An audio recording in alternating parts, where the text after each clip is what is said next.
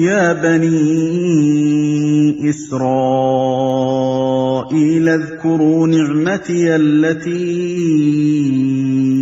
أنعمت عليكم وأوفوا بعهدي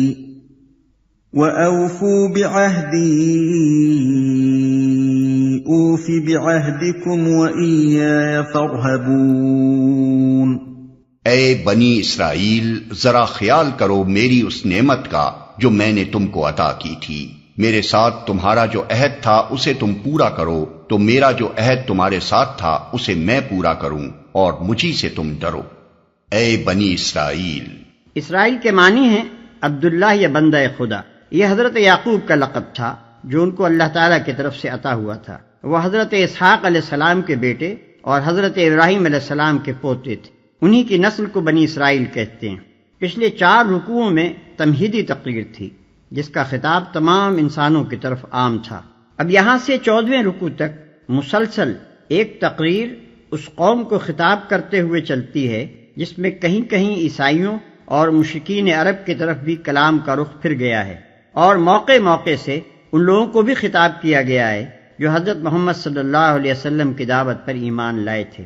اس تقریر کو پڑھتے ہوئے حسب ذیل باتوں کو خاص طور پر پیش نظر رکھنا چاہیے۔ اولاً اس کا منشا یہ ہے کہ پچھلے پیغمبروں کی امت میں جو تھوڑے بہت لوگ ابھی ایسے باقی ہیں جن میں خیر و صلاح کا عنصر موجود ہے، انہیں اس صداقت پر ایمان لانے اور اس کام میں شریک ہونے کی دعوت دی جائے جس کے ساتھ محمد صلی اللہ علیہ وسلم اٹھائے گئے تھے۔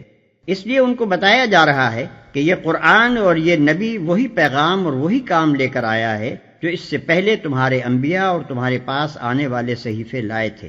پہلے یہ چیز تم کو دی گئی تھی تاکہ تم آپ بھی اس پر چلو اور دنیا کو بھی اس کی طرف بلانے اور اس پر چلانے کی کوشش کرو، مگر تم دنیا کی رہنمائی تو کیا کرتے، خود بھی اس ہدایت پر قائم نہ رہے اور بگڑتے چلے گئے۔ تمہاری تاریخ اور تمہاری قوم کی موجودہ اخلاقی و دینی حالت خود تمہارے بگاڑ پر گواہ ہے۔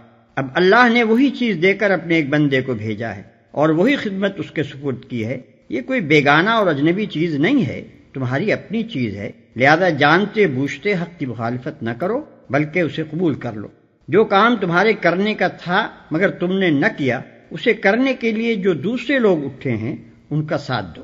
ثانیاً اس کا منشا عام یہودیوں پر حجت تمام کرنا اور صاف صاف ان کی دینی و اخلاقی حالت کو کھول کر رکھ دینا ہے۔ ان پر ثابت کیا جا رہا ہے کہ یہ وہی دین ہے جو تمہارے انبیاء لے کر آئے تھے۔ اصول دین میں سے کوئی ایک چیز بھی ایسی نہیں ہے جس میں قرآن کی تعلیم تورات کی تعلیم سے مختلف ہو۔ ان پر ثابت کیا جا رہا ہے کہ جو ہدایت تمہیں دی گئی تھی اس کی پیروی کرنے میں اور جو رہنمائی کا منصب تمہیں دیا گیا تھا اس کا حق ادا کرنے میں تم بری طرح ناکام ہوئے ہو۔ اس کے ثبوت میں ایسے واقعات سے استشہاد کیا گیا ہے جن کی تردید وہ نہ کر سکتے تھے۔ پھر جس طرح حق کو حق جاننے کے باوجود وہ اس کی مخالفت میں سازشوں، وسوسہ اندازیوں، کج بحثیوں اور مکاریوں سے کام لے رہے تھے، اور جن ترکیبوں سے وہ کوشش کر رہے تھے کہ کسی طرح محمد صلی اللہ علیہ وسلم کا مشن کامیاب نہ ہونے پائے، ان سب کی پردہ دری کی جا رہی ہے، جس سے یہ بات عیاں ہو جاتی ہے کہ ان کی ظاہری مذہبیت محض ایک ڈھونگ ہے جس کے نیچے دیانت اور حق پرستی کے بجائے ہٹ دھرمی، جاہلانہ عصبیت اور نفس پرستی کام کر رہی ہے، اور حقیقت میں وہ یہ چاہتے ہی نہیں ہیں کہ نیکی کا کوئی کام پھل پھول سکے۔ اس طرح اتمام حجت کرنے کا فائدہ یہ ہوا کہ ایک طرف خود اس قوم میں جو صالح عنصر تھا اس کی آنکھیں کھل گئیں، دوسری طرف مدینے کے عوام پر اور بالعموم مشرکین عرب پر ان لوگوں کا جو مذہبی و اخلاقی اثر تھا وہ ختم ہو گیا، اور تیسری طرف خود اپنے آپ کو بے نقاب دیکھ کر ان کی ہمتیں اتنی پست ہو گئیں کہ وہ اس جرأت کے ساتھ کبھی مقابلے میں کھڑے نہ ہو سکے جس کے ساتھ ایک وہ شخص کھڑا ہوتا ہے جسے اپنے حق پر ہونے کا یقین ہو۔ ثالثاً پچھلے 4 رکوعوں میں نوع انسانی کو دعوت عام دیتے ہوئے جو کچھ کہا گیا تھا اسی کے سلسلے میں ایک خاص قوم کی معین مثال لے کر بتایا جا رہا ہے کہ جو قوم خدا کی بھیجی ہوئی ہدایت سے منہ موڑتی ہے اس کا انجام کیا ہوتا ہے۔ اس توضیح کے لیے تمام قوموں میں سے بنی اسرائیل کو منتخب کرنے کی وجہ یہ ہے کہ دنیا میں صرف یہی ایک قوم ہے جو مسلسل 4000 برس سے تمام اقوام عالم کے سامنے ایک زندہ نمونہ عبرت بنی ہوئی ہے۔ ہدایت الہی پر چلنے اور نہ چلنے سے جتنے نشیب و فراز کسی قوم کی زندگی میں رونما ہو سکتے ہیں وہ سب اس قوم کی عبرتناک سرگزشت میں نظر آ جاتے ہیں۔ رابعاً اس سے پیروان محمد صلی اللہ علیہ وسلم کو سبق دینا مقصود ہے کہ وہ اس انحطاط کے گڑھے میں گرنے سے بچیں جس میں پچھلے انبیاء کے پیرو گر گئے۔ یہودیوں کی اخلاقی کمزوریوں، مذہبی غلط فہمیوں اور اعتقادی و عملی گمراہیوں میں سے ایک ایک کی نشاندہی کر کے اس کے بالمقابل دین حق کے مقتضیات بیان کیے گئے ہیں تاکہ مسلمان اپنا راستہ صاف دیکھ سکیں اور غلط راہوں سے بچ کر چلیں۔ اس سلسلے میں یہود و نصارہ پر تنقید کرتے ہوئے قرآن جو کچھ کہتا ہے اس کو پڑھتے وقت مسلمانوں کو نبی صلی اللہ علیہ وسلم کی وہ حدیث یاد رکھنی چاہیے جس میں آپ نے فرمایا ہے کہ تم بھی آخر کار پچھلی امتوں ہی کی روش پر چل کر رہو گے، حتیٰ کہ اگر وہ کسی گوہ کے بل میں گھسے ہیں تو تم بھی اسی میں گھسو گے۔ صحابہ نے پوچھا، یا رسول اللہ صلی اللہ علیہ وسلم، کیا یہود و نصارہ مراد ہیں؟ آپ نے فرمایا، اور کون؟ نبی اکرم صلی اللہ علیہ وسلم کا یہ ارشاد محض ایک توبیخ نہ تھا بلکہ اللہ کی دی ہوئی بصیرت سے آپ یہ جانتے تھے کہ انبیاء کی امتوں میں بگاڑ کن کن راستوں سے آیا اور کن کن شکلوں میں ظہور کرتا رہا ہے۔ وَآمِنُوا بِمَا أَنزَلْتُ مُصَدِّقًا لِمَا مَعَكُمْ وَلَا تَكُونُوا أَوَّلَ كَافِرٍ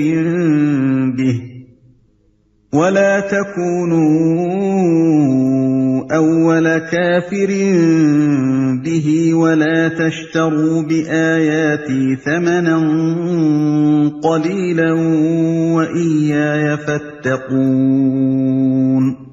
اور میں نے جو کتاب بھیجی ہے اس پر ایمان لاؤ، یہ اس کتاب کی تائید میں ہے جو تمہارے پاس پہلے سے موجود تھی، لہذا سب سے پہلے تم ہی اس کے منکر نہ بن جاؤ۔ تھوڑی قیمت پر میری آیات کو نہ بیچ ڈالو اور میرے غضب سے بچو۔ تھوڑی قیمت پر میری آیات کو نہ بیچ ڈالو۔ تھوڑی قیمت سے مراد وہ دنیوی فائدے ہیں جن کی خاطر یہ لوگ اللہ کے احکام اور اس کی ہدایات کو رد کر رہے تھے۔ حق فروشی کے معاوضے میں خواہ انسان دنیا بھر کی دولت لے لے، بہرحال وہ تھوڑی قیمت ہی ہے کیونکہ حق یقیناً اس سے گرا تر چیز ہے۔ وَلَا تَلْبِسُوا الْحَقَّ بِالْبَاطِلِ وَتَكْتُمُوا الْحَقَّ وَأَنْتُمْ تَعْلَمُونَ۔ باطل کا رنگ چڑھا کر حق کو مشتبہ نہ بناؤ اور نہ جانتے بوجھتے حق کو چھپانے کی کوشش کرو۔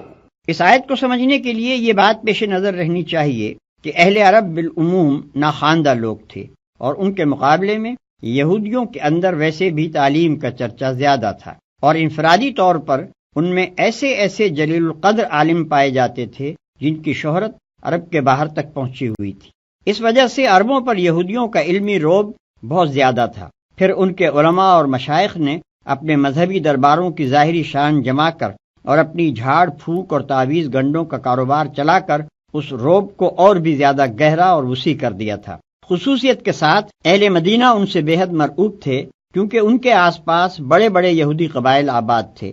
رات دن کا ان سے میل جول تھا اور اس میل جول میں وہ ان سے اسی طرح شدت کے ساتھ متاثر تھے جس طرح ایک ان پڑھ آبادی زیادہ تعلیم یافتہ، زیادہ متمدن اور زیادہ نمایاں مذہبی تشخص رکھنے والے ہمسایوں سے متاثر ہوا کرتی ہے۔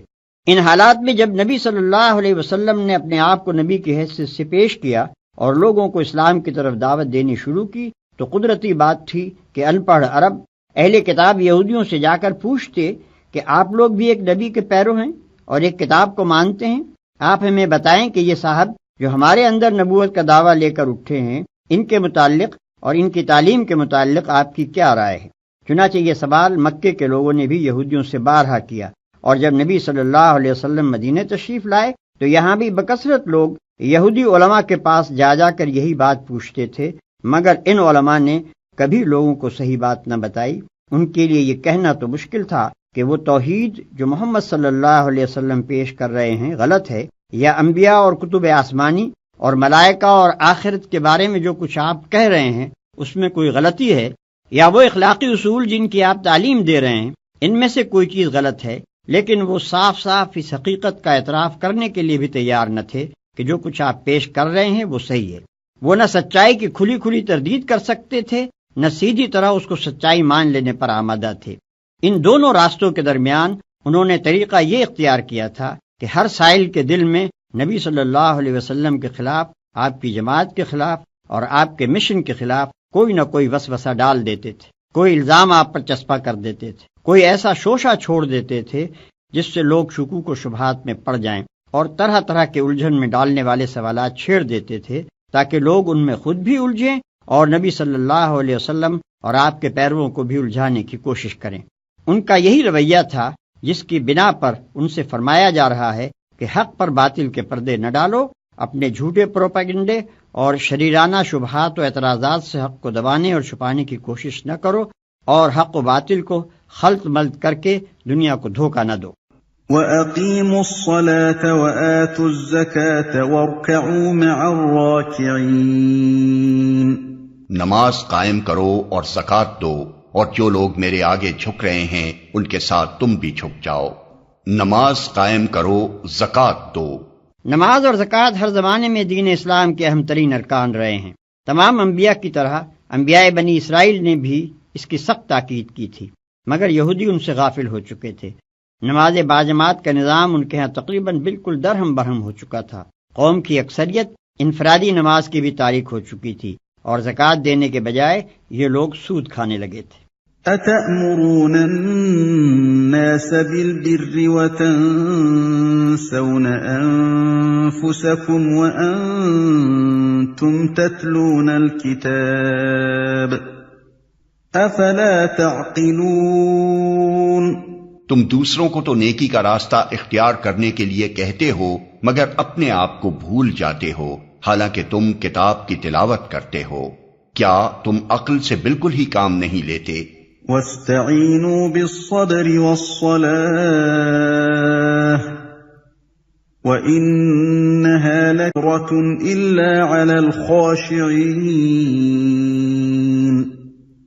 الَّذِينَ يَظُنُّونَ أَنَّهُم مُّلَاقُو رَبِّهِمْ وَأَنَّهُمْ إِلَيْهِ رَاجِعُونَ۔ صبر اور نماز سے مدد لو۔ بے شک نماز ایک سخت مشکل کام ہے، مگر ان فرما بردار بندوں کے لیے مشکل نہیں ہے جو سمجھتے ہیں کہ آخر کار انہیں اپنے رب سے ملنا اور اسی کی طرف پلٹ کر جانا ہے۔ صبر اور نماز سے مدد لو، یعنی اگر تمہیں نیکی کے راستے پر چلنے میں دشواری محسوس ہوتی ہے تو اس دشواری کا علاج صبر اور نماز ہے۔ ان دو چیزوں سے تمہیں وہ طاقت ملے گی جس سے یہ راہ آسان ہو جائے گی۔ صبر کے لغوی معنی روکنے اور باندھنے کے ہیں، اور اس سے مراد ارادے کی وہ مضبوطی، عزم کی وہ پختگی اور خواہشات نفس کا وہ انضباط ہے جس سے ایک شخص نفسانی ترغیبات اور بیرونی مشکلات کے مقابلے میں اپنے قلب و ضمیر کے پسند کیے ہوئے راستے پر لگاتار بڑھتا چلا جائے۔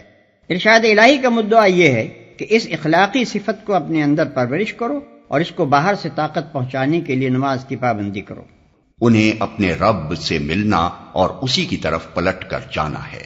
یعنی جو شخص خدا کا فرما بردار نہ ہو اور آخرت کا عقیدہ نہ رکھتا ہو، اس کے لیے تو نماز کی پابندی ایک ایسی مصیبت ہے جسے وہ کبھی گوارا ہی نہیں کر سکتا، مگر جو برضا و رغبت خدا کے آگے سر اطاعت خم کر چکا ہو اور جسے یہ خیال ہو کہ کبھی مر کر اپنے خدا کے سامنے جانا بھی ہے، اس کے لیے نماز ادا کرنا نہیں بلکہ نماز کا چھوڑنا مشکل ہے۔